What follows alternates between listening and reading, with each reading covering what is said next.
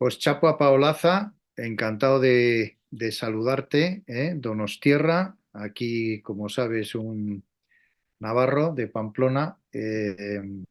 Para mí San Sebastián mi segunda ciudad. Bueno, Chapu es periodista, luego me tienes que aclarar porque he visto en información sobre ti que has estudiado también farmacia, ¿no? Eso lo tendrás que explicar, ¿no? Lo tendrás que explicar, lo que no sé si te va a entender, ¿eh?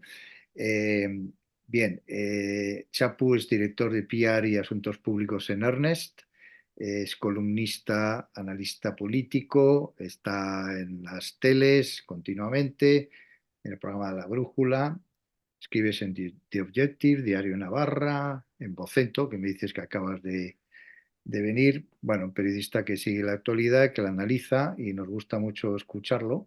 Es diferente, yo diría que Chapu es diferente a- al resto, no digo mejor, peor, pero sí un estilo peculiar, diferente. Y si te parece, explícame eso de farmacia. ¿Es así que eres licenciado en farmacia? Bueno, bien hallado. ¿eh? Eh, sí, además yo ahora sobre todo mi labor como columnista es en ABC. Curioso porque yo soy donostiarra y tengo en mi casa pues muchos cuadros de Pamplona, de San Fermín, por lo que me une a la ciudad, a la fiesta, a mi mujer, mi familia navarra. Y tú, siendo de Pamplona, tienes un cuadro de San Sebastián ahí, ¿no? Sí, por razón opuesta, porque yo tengo mucha familia en San Sebastián y porque yo he pasado todos los veranos de mi vida en San Sebastián de niño, desde junio a septiembre. Entonces es mi segunda ciudad. Casi mi familia tiene más recuerdos de niños en San Sebastián que en Pamplona. Sí, Bueno, sí, está porque los bien, está recuerdos los tienes del verano, de cuando lo pasabas bien, no cuando tenías que ir al cole, ¿no? Esa es la explicación. claro, claro, efectivamente. Y luego lo que me preguntabas de farmacia, todo tiene una explicación, ¿eh? Yo estudiaba farmacia y estudié durante 4 años de farmacia, que no 4 cursos, no terminé la licenciatura.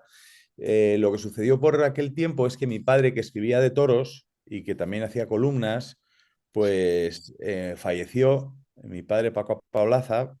Y entonces en ese momento mucha gente que de los medios que colaboraban con él, pues, pues me decían, oye Chapu, estás en la feria de Vitoria, estás en Bayona, estás en Azpeitia, pues hazme una croniquita, hazme un minuto para el informativo de radio, cuéntame algo. Y entonces pues empecé a escribir estos temas de toros, ¿no? Luego, meses después de morir él, se reinaugura la Plaza de Toros de San Sebastián, que él había hecho tanto en la sombra, pues con gente como que sacaron el proyecto adelante, como Gregorio Ordóñez, como la familia Chopera, que fueron los que sacaron los empresarios de esta historia, pues escribí una columna dedicada a él. Y fue mi primera columna y mi primer escrito prácticamente. Y entonces ya decidí que farmacia, pues que ya yo veía que no era lo mío, pero había otra cosa que sí era lo mío, que era el periodismo. Entonces yo me hice periodista y escritor por mi padre, siguiendo sus pasos, aunque él, pues curiosamente, y en estas bromas que te hace la vida, él nunca llegó a leerme ni una sola línea. Sí. Oye, una historia muy bonita. Una muy buena razón para pasarte de la farmacia al periodismo. Oye, Sí. Chapu, sí, historia bonita, no cabe duda.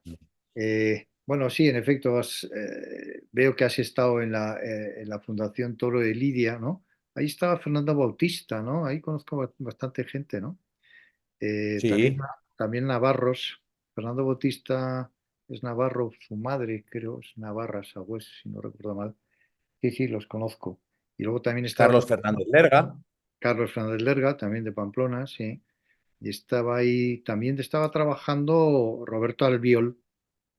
¿Mm? Sí, Que claro, ya efectivamente. es ahora Robert Albiol. el secretario general de Consenso y Regeneración, que es desde donde estamos haciendo ahora este podcast. El mundo, Hombre, Robert, grande, gran trabajo, sí, sí, señor. el mundo es pequeño.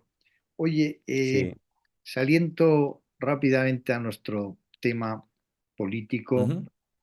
Em, Empiezan ahora, y empiezo ya con lo fuerte, empiezan ahora estas comisiones de investigación en el Congreso y en el Senado, ¿no? Y hay dos grandes temas, ¿no? Uno, lo que se ha llamado el caso Coldo, Aldama, Air Europa, los vuelos a República Dominicana sin explicar. Creo que ha habido 39 vuelos, se han explicado 5. Air Europa, el tema de la contabilidad de Air Europa, donde ha salido publicado que hay una entrada en caja de 170 millones de euros en la contabilidad. Eso ha salido publicado en un periódico donde, por cierto, tú escribes. Eh, las famosas maletas. ¿Qué cuentas? ¿Qué me cuentas de todo esto? Bueno, a ver, es feo, ¿no? El asunto es terrible por varias razones. Primero voy a hacer un disclaimer, ¿no? No soy muy partidario de la cultura del disclaimer, pero creo que es necesario. Estamos en una fase de investigación. De los informes policiales, en otros casos, ha habido una realidad que ha ido mucho más allá o mucho más acá, una realidad judicial. Así que siempre hay que ser muy prudente en estos casos, yo creo, ¿eh? Hay que ser muy prudente. Las sospechas y la estética es horrorosa en este asunto, ¿no? Por muchas razones. Primero porque corrupción ha habido siempre, todos los partidos o muchos partidos, los dos grandes partidos han tenido grandes casos de corrupción, pero aquí el problema que hay es que está en las esferas muy altas del poder, ¿no? Y según el relato de lo que presuntamente sucedía, tenemos muchas sospechas para creer que eh, la correa de transmisión de esta corrupción no fue el mero egoísmo o la mera avaricia de unas personas que se saltaron la ley o que hicieron cosas que no estaban bien, sino que están metidos pues los organismos o el círculo, la circulación o el sistema circulatorio del poder de un gobierno y de un partido, ¿no? Aquí está muy cerca de un presidente de gobierno, muy cerca de algunos presidentes autonómicos y todo engrasado según la Secretaría de Organización de un partido. Eso lo hace muy feo estéticamente, sin saber de dónde va a rematar. Creo que la responsabilidad de los periodistas es no dejarnos llevar, ¿no? Por decir, esto es lo que pasó. Bueno, eso es lo que pasó según un informe, vamos a ver lo que es lo que sucedió, ¿no? Pero hay cosas que son muy poco estéticas. Si vamos subiendo, estamos viendo que en esos círculos concéntricos, que son en este caso, que es como si tiráramos una piedra a un lago y fuera haciendo esas ondas, pues en esas ondas hay, pues hay muchas cosas que no, a mí no me gusta ver como ciudadano, ¿no? O sea, una de las cosas, uno de los temas a los que está derivando el, el asunto, que es al tema de la mujer del presidente, que no ha aparecido en los informes, que no está imputada, hay que decirlo, pero es muy poco estético y es muy poco reconfortante como ciudadano, ¿eh? Tener que haya este tipo de sospechas. Y bueno, pues si quieres hablamos de ese tema, ¿no? Sí, bueno, o sea, yo también he sido prudente porque, quiero decir, hemos leído, y así lo digo, ¿verdad? Así lo digo, Ujú. que hemos leído, ha sido publicado en un periódico serio, como es, yo creo que un gran periódico que es The Objective. Hemos leído que, y así lo digo yo, hemos leído, ha salido publicado que en la contabilidad de Europa existe una entrada en caja de 170 millones en las fechas que coinciden con, con lo que sabemos, ¿no? Y lo digo así, yo no he visto esa contabilidad, yo digo que lo he leído, ¿no? Y hay que ser prudente.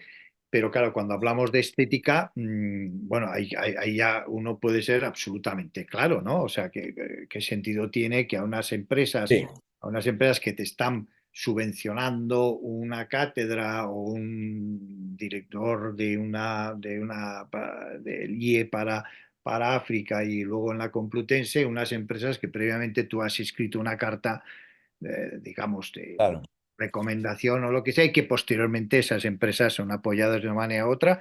Eso, evidentemente, con la estética, y sabemos que la estética y la ética son primos hermanos. De tal manera que sin estética la ética pues queda un poquito en entredicho. Sí, Sin ética, entonces, sin ética sí que no hay estética, pero bueno, digamos que a eso ver, yo creo, es objetivo, ¿no, Chapu?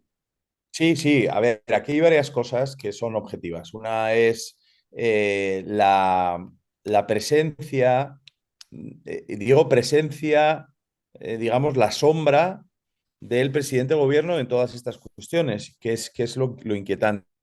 A mí que un funcionario, un asesor del Ministerio de Transportes o de cualquier otro haya montado una trama, me parece mal, me parece muy mal, me parece perseguible, me parece reprochable y triste. Ha pasado muchas otras veces. Igual está pasando ahora mismo y lo vamos a conocer en otros momentos. Luego, el problema es cuál es el motor que pone en marcha todo ese mecanismo. Por ejemplo, si hablamos de la noche de la visita de Delcy Rodríguez al aeropuerto de Madrid, que es un asunto grave, que no podía pisar suelo español, donde en principio acude José Luis Ábalos con Koldo García para pues evitar un conflicto diplomático, pues resulta que estaba también Víctor Aldama, ¿no? Y los funcionarios que estaban en el aeropuerto aquella noche, con los ojos como platos, aseguran que allí aparecen estas personas diciendo que van de parte del presidente. Bueno, puede ir un asesor y un ministro de Transportes y organizar toda esta historia a espaldas absolutamente de Moncloa. Bueno, es posible, ¿no? Es decir, puede ser que toda esta trama de las mascarillas presunta estén incluidas no sé cuántas, varias comunidades autónomas y varios ministerios sin que lo hubiera sabido Moncloa. Bueno, es posible. Desde luego, dicen que un queso gruyere, si le pegas un disparo y depende a qué velocidad lo gires y con qué ángulo, si lo haces con el ángulo de la velocidad adecuada, puede pasar la bala sin prácticamente tocar el queso, ¿no? Es decir, bueno, pues como posibilidad es, ahora a mí me parece improbable y eso es inquietante. Y luego está otra cuestión que se está planteando ahora, porque esto estamos hablando de todo el tema de Coldo, ¿no? De la coldosfera, digamos. Y luego está el tema que está ahí, que no se llega a plantear, que el Partido Popular está teniendo algunos escrúpulos a la hora de plantearlo, pero que se están publicando noticias, que es el asunto de Begoña Gómez. Aquí hay varias cosas. Primero, hay que decir que Begoña Gómez no está imputada en ningún proceso, no aparece su nombre en absolutamente nada. ¿Vale? Aquí lo que ha sucedido también es que durante todos estos años Pedro Sánchez ha dado a conocer su intención o su petición de que los periodistas y los comentaristas no habláramos de Begoña Gómez, de su mujer. Y a mí me parecía bien, Joaquín, porque me parecía que si Pedro Sánchez tenía un límite, que fuera el de defender la privacidad de su familia, aunque solo fuera ese límite, había que concedérselo, porque yo creo que es legítimo, ¿no? Yo creo que la mujer del presidente o el marido de una posible presidenta no debería estar en los papeles. Afortunadamente, las hijas de Sánchez, la familia de Sánchez, no está en ningún lado, no ha aparecido. Yo lo celebro, ¿eh? Es decir, que afortunadamente no han aparecido a que les vengan a decir, pues en la polarización en la que vivimos, pues les vengan a miserables a decir que esta, que la otra. Bien. A mí me gustaría y me gustaba que Begoña Gómez hubiera estado en un segundo plano.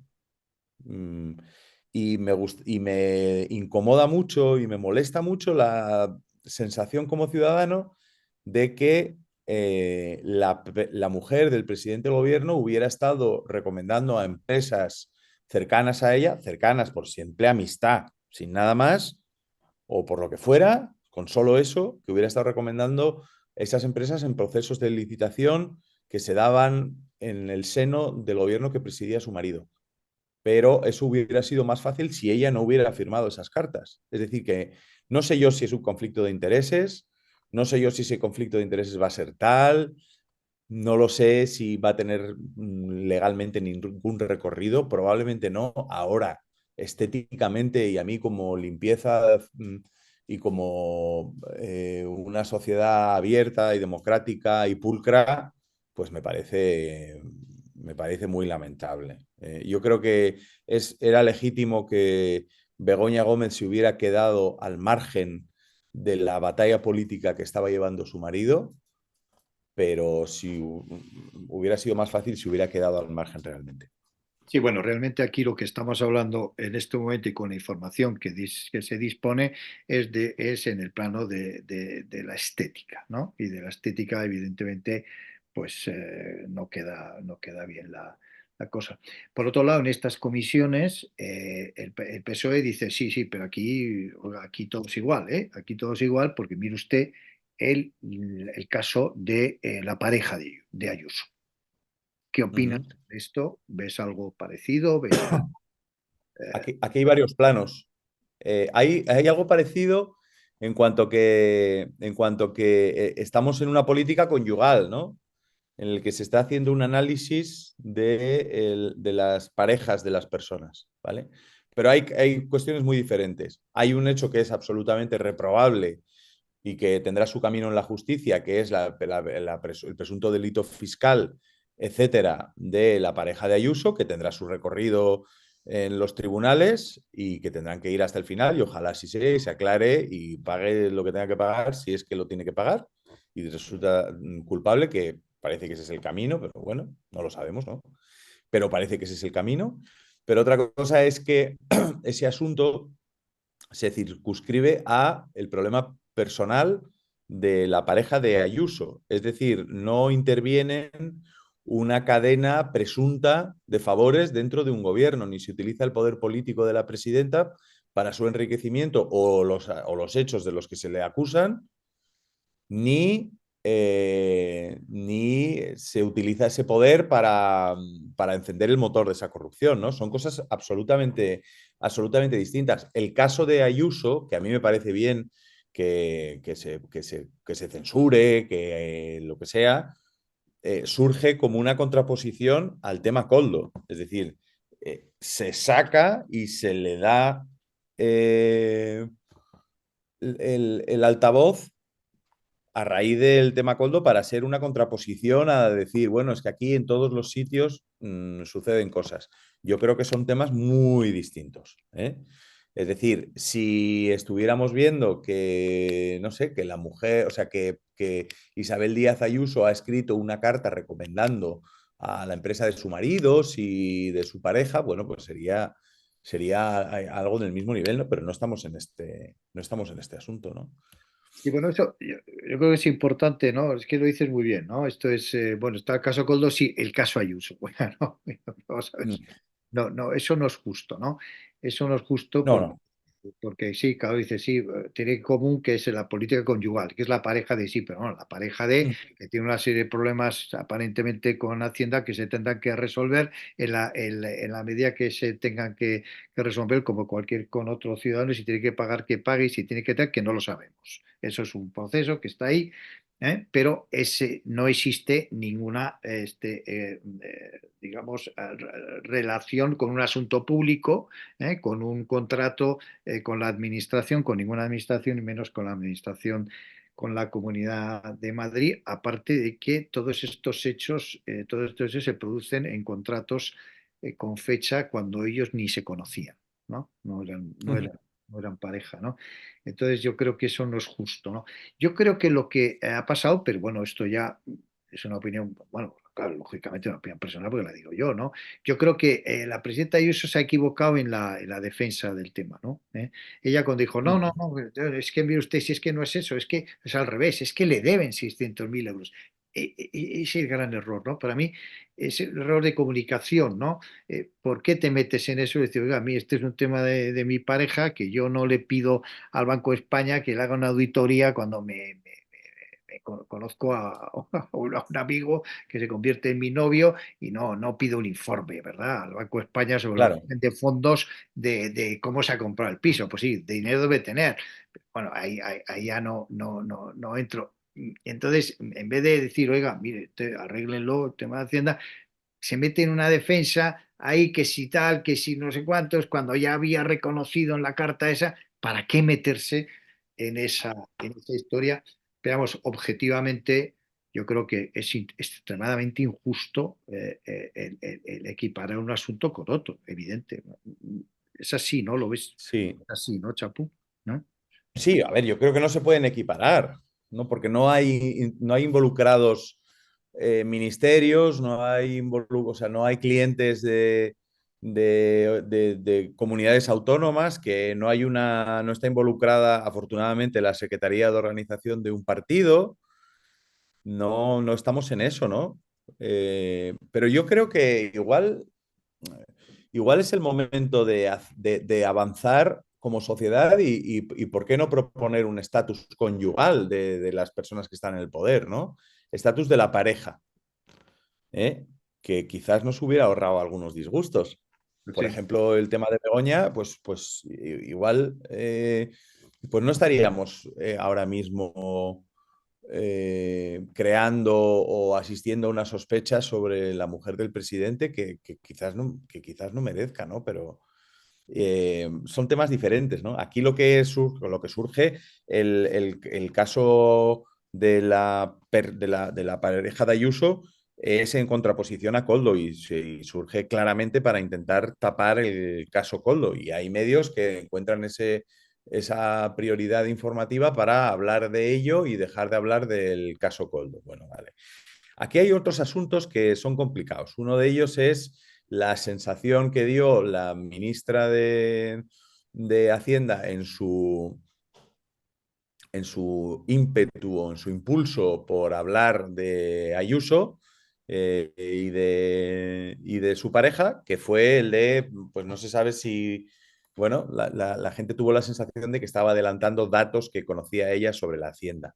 Los periódicos que lo publicaron dicen que lo habían publicado esa mañana, que ya tenía suficientes indicios por la prensa. Ella dice que se enteró por la prensa. Bueno, hay una sensación en la sociedad, en parte de la sociedad, de que la Hacienda pudiera utilizar la ingente información que tiene sobre los ciudadanos para sus batallas políticas.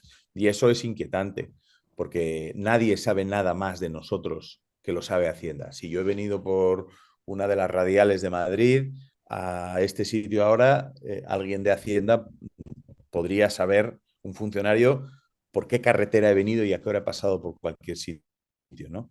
Nosotros tenemos todos esos datos para que España pueda luchar contra el fraude a cambio de crear una campana de Faraday absolutamente estanca sobre esos datos para que no trasciendan a la batalla política, ¿no? Y claro. luego está el hecho de la fiscalía. El hecho de la fiscalía que, bueno, que ahora mismo hay una denuncia de los representantes de la pareja de Ayuso que acusan a la Fiscalía de Madrid de haber hecho público parte de información de sus conversaciones, ¿no? Y eso es complicado, es decir, eso es un tema que se ha llevado por delante a gente como el mismísimo juez Garzón. Sí, sí. Ese es un tema porque ese también es un tema objetivo, ¿no? El caso es que alguien ha filtrado eso, ¿eh? Y parece ser que ha sido la fiscalía antes de que saliera la noticia. Oye, cambiando un poco el tema, siguiendo en la política, tenemos inflación de elecciones. Las vascas el 21 del 4, donde, bueno, se pueden plantear tres posibles escenarios, entiendo yo. Tú igual tienes un cuarto y un quinto. Uno es lo que el PSOE desearía, una victoria al PNV que le dé los números con el apoyo del PSOE. Otra, una victoria de Bildu, que Bildu haga el famoso traspaso, sorpaso, y Ujú. que el PSOE entonces pudiera gobernar. Y todo eso, ambos escenarios tienen su repercusión en la estabilidad del gobierno, puesto que el gobierno se sustenta en ambos partidos. Y claro, y no puedes estar con los dos a la vez. Y luego hay una tercera, que es que directamente los dos partidos nacionalistas, separatistas, no sé, desde uno de ellos sí, gobiernen los dos al margen de PSOE y de cualquier otro. ¿Cómo lo ves? ¿Cómo ves este 21 de abril? A ver, está muy apretadas las encuestas. El CIS de Tezanos sale siempre al rescate con su gigantesco salvavidas pagado con dinero público para decir que va a ganar el PNV, que se va a mantener el status quo, que va a poder gobernar con los socialistas. Pudiera pasar, pero bueno, hay otras encuestas que están hablando de que esto no pudiera no ser así. Hay muchísimos indecisos. Creo que en este momento y a estas alturas de la película, el número de indecisos, que creo que está en el 31% de los que no, de los votantes no han elegido aún el voto, o al menos eso dicen a las encuestas, es más del doble de lo que era en otros comicios a estas alturas. Por la Semana Santa, bueno, por otras explicaciones, pero ahí la cuestión es que hay muchos indecisos. Entonces no sabemos lo que va a pasar. Eh, yo me voy a mojar, no en lo que van a decidir los vascos, o van a decir los vascos que viven allí, que esa es otra, porque los vascos que no vivimos allí no podemos decidir absolutamente nada. Así es. Eh, y yo creo, y fíjate, Joaquín, que yo hace tiempo que no pongo la mano en el fuego, ¿eh? Porque ya la gente se pega unos quemazones que están las unidades de quemados a tope. Pero yo creo que el Partido Socialista, que Eneco Andueza no va a pactar con Bildu. Y esto es una convicción personal. Yo conozco a Eneco Andueza y esto no es un análisis periodístico, sino personal. Yo creo que eso no va a suceder. Así que en el caso de que Bildu necesitara al PSOE, pues estaríamos hablando más bien de que Bildu pudiera necesitar al PNV y llegar a un acuerdo los nacionalistas, no siempre tan peleados que siempre al final terminan gobernando juntos o gobernando el uno gracias al otro, etcétera, etcétera, etcétera. No sé lo que va a suceder, la verdad. Sí que lo que ha sucedido. Ya. Ese Aquí lo que ha escenario no lo sucedido, ves. no, yo no lo veo. Yo no lo veo, pero por una intuición personal, ¿eh? Hay una cosa Yo que no, resulta sorprendente del País Vasco y de Navarra, ¿no? Tan relacionada una cosa con la otra. Siempre ha sido así, ¿no? Siempre ha habido una relación, bueno, somos vecinos, ¿no? Eh, que es cada vez hay más voto nacionalista, ¿eh? Ujú. Parece que en estas elecciones eso va a seguir. Ha sido estable durante muchos años. Parece que ahora va a aumentar muy considerablemente, sobre todo por Bildu, y cada vez hay menos separatistas, sobre todo la gente joven. La gente joven, o sea, los que se declaran, los que quieren ser, digamos, un Estado independiente, eh, eso se va reduciendo, tanto en Cataluña como en el País Vasco. En el País Vasco, sobre todo. Pero en cambio, no le votan al PP y al PSOE, sino le votan a Bildu Claro. y al PNV. Que me lo explique alguien. Bueno, yo el análisis que hago es que estamos ante una sociedad absolutamente desmemoriada. Entonces, si vemos un poco cuál es el perfil de dónde estamos hoy, cuando va a arrancar o acaba de arrancar, no sé cuándo se escuchará esta conversación, las elecciones vascas, el 44% de los votantes no sabe quién es Pradales, el candidato del PNV. El 36% no sabe quién es Ochandiano, el alcalde el candidato de Bildu. No sé cuál es el porcentaje de conocimiento entre el votante de Eneco Andueza. Los temas de campaña son economía, eh, sanidad. No parece que hay muchos indecisos. No parece que haya una vinculación muy fuerte, muy emocional con el voto. Como tú dices, no parece que el secesionismo no está muy presente. Si analizáramos estas elecciones desde el prisma de hace 20 años, pues son las elecciones que nos gustaría tener en la Euskadi, que nos gustaría tener en la que no ha pasado nada. en la que la gente está a su aire, nadie conoce muy bien a los candidatos, no hay un verdadero engagement con ningún partido, la gente no sabe muy bien a quién votar, y en realidad no le importa, etcétera. Esto sería algo muy positivo si no hubiera pasado todo lo que ha pasado. Es decir, si esto no hubiera sucedido, si esto sucediera sin 850 muertos, 300 crímenes sin resolver y decenas de miles de personas exiliadas del País Vasco, pues yo lo estaría celebrando, Joaquín.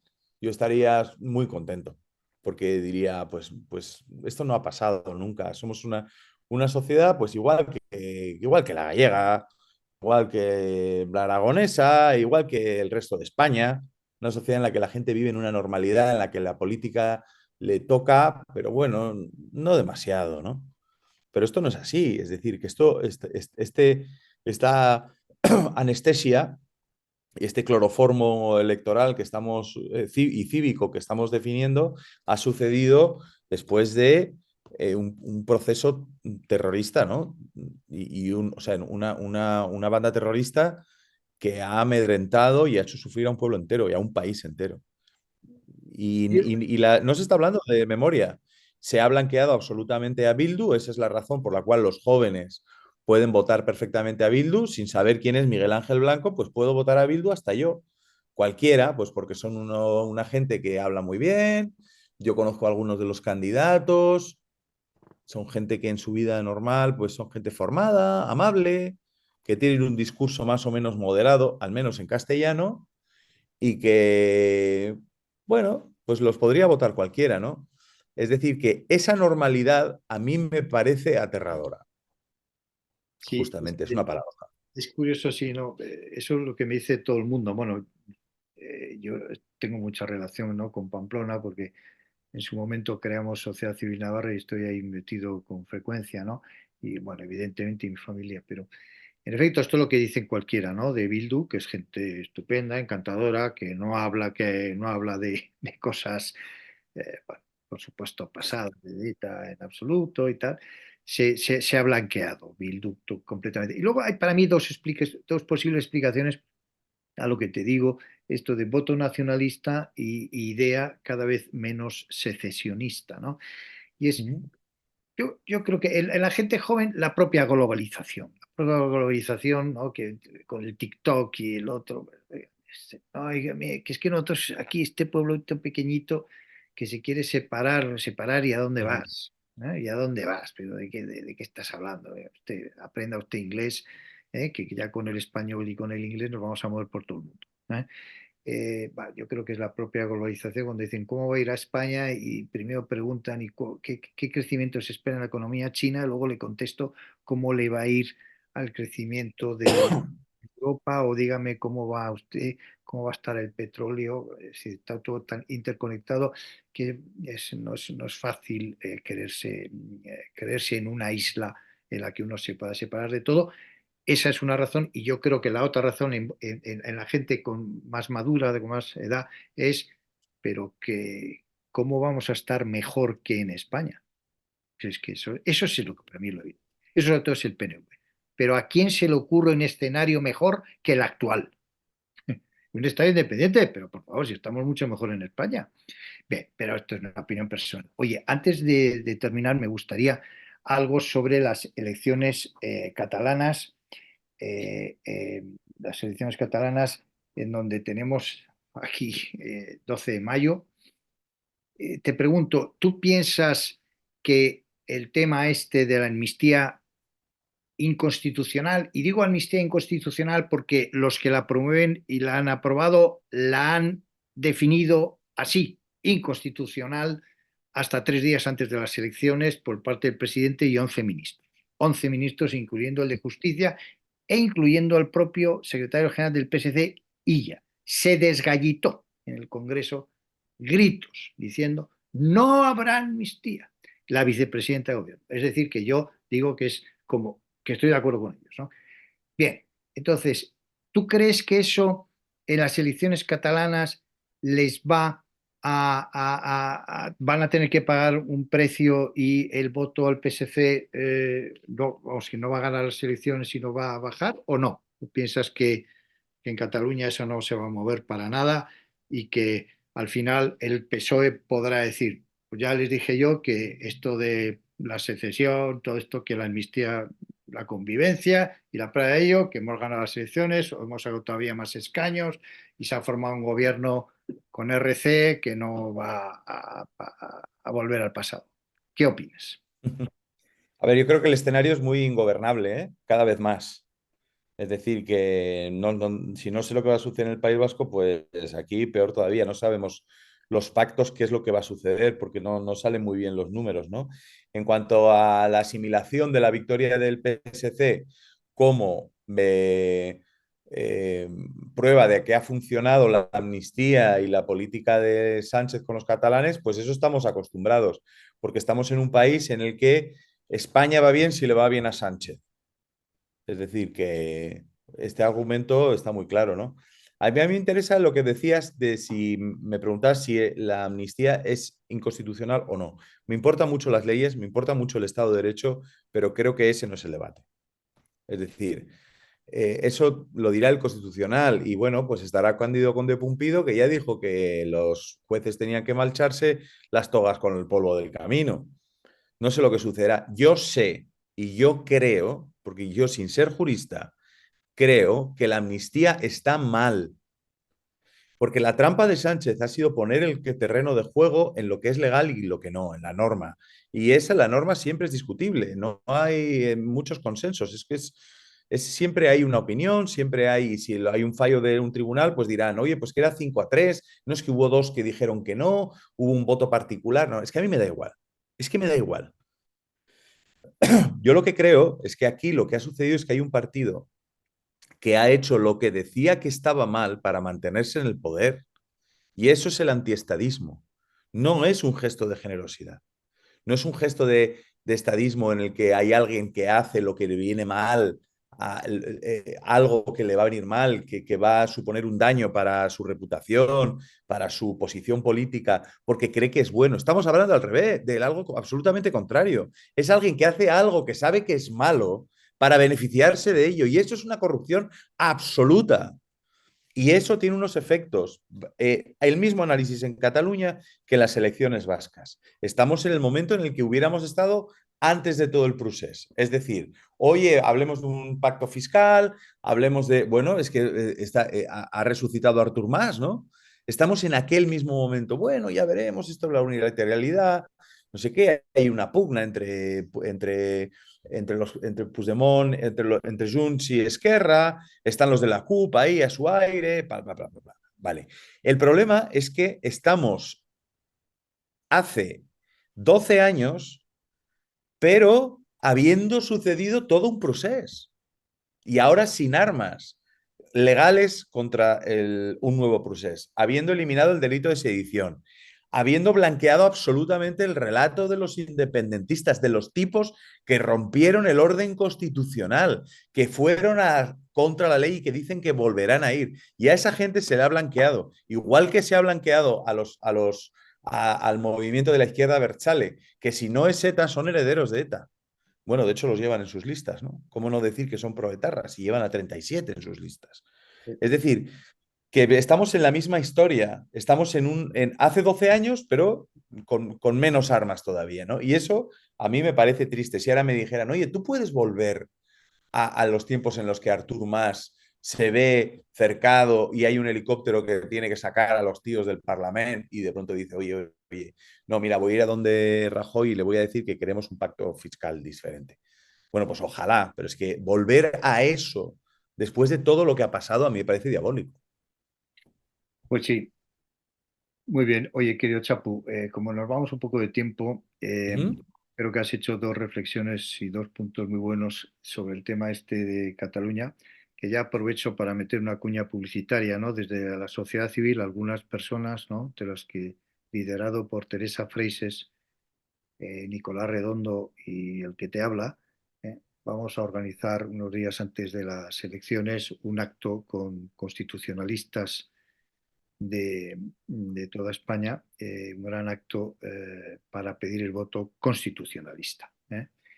Eh, y hablando claro, porque a la pregunta y quién es y qué partido es constitucionalista. La pregunta concreta la primera pregunta del periodista será, ¿y el PSC para ustedes es constitucionalista? Nosotros ya hemos decidido que vamos a responder no, ¿eh?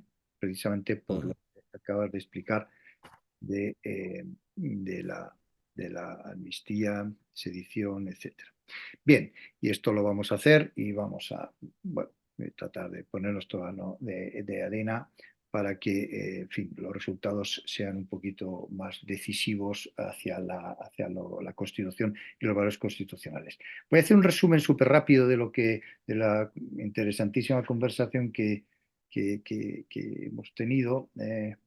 Has dicho cosas estupendas. Me ha encantado la historia esta de por qué una historia muy bonita, ¿no? Que por qué de un licenciado o a punto de licenciarse en farmacia se pasa al periodismo haciendo crónicas taurinas, siguiendo un poco la tradición de tu padre, y de ahí dices, ah, pues si a mí lo que me gusta es el periodismo, ¿no? Y la primera columna, ¿no? Como dices, una cosa muy bonita, ¿no? La escribes sobre tu padre nunca te leyó, pero porque murió, pero bueno, tú seguiste y de ahí que ahora estés y seas uno de los periodistas de referencia de este país. Hemos hablado del tema de Koldo, haya sido prudente, ¿no? Como los periodistas serios, ¿no? Y hablas de sospechas, ¿no? De sospechas y a muy alto nivel, pero son sospechas que se tienen que ir sabiendo, que ir investigando, pero hay sospechas, pero evidentemente, claro, apuntan a niveles muy altos del PSOE y del gobierno, y si hablas de la estética en relación con la mujer del presidente, ¿no? Donde se produce una serie de cartas que ella escribe, de empresas que luego de alguna manera son licitadas y en una licitación con la administración o ayudas a determinadas empresas por la pandemia, etcétera. Claro, y entonces tú te pones todo eso. Eh, no hay ningún conocimiento también de todo el tema de Delsi, maletas, todo ese incidente, donde estaba Aldama, donde estaba ese comandante de la Guardia Civil, ahí, y no lo sabía Moncloa, ¿no? Te preguntas, bueno, pues igual no, sospechas razonables. Improbable. Me parece muy improbable. Claro, cuando hablas de la mujer del presidente, dices, bueno, no está imputada, las hijas no están, hubiera sido tremendo, ¿no? También, bueno, y te alegras, ¿no? Dices, "No, es que me alegro que Me no esté". alegro.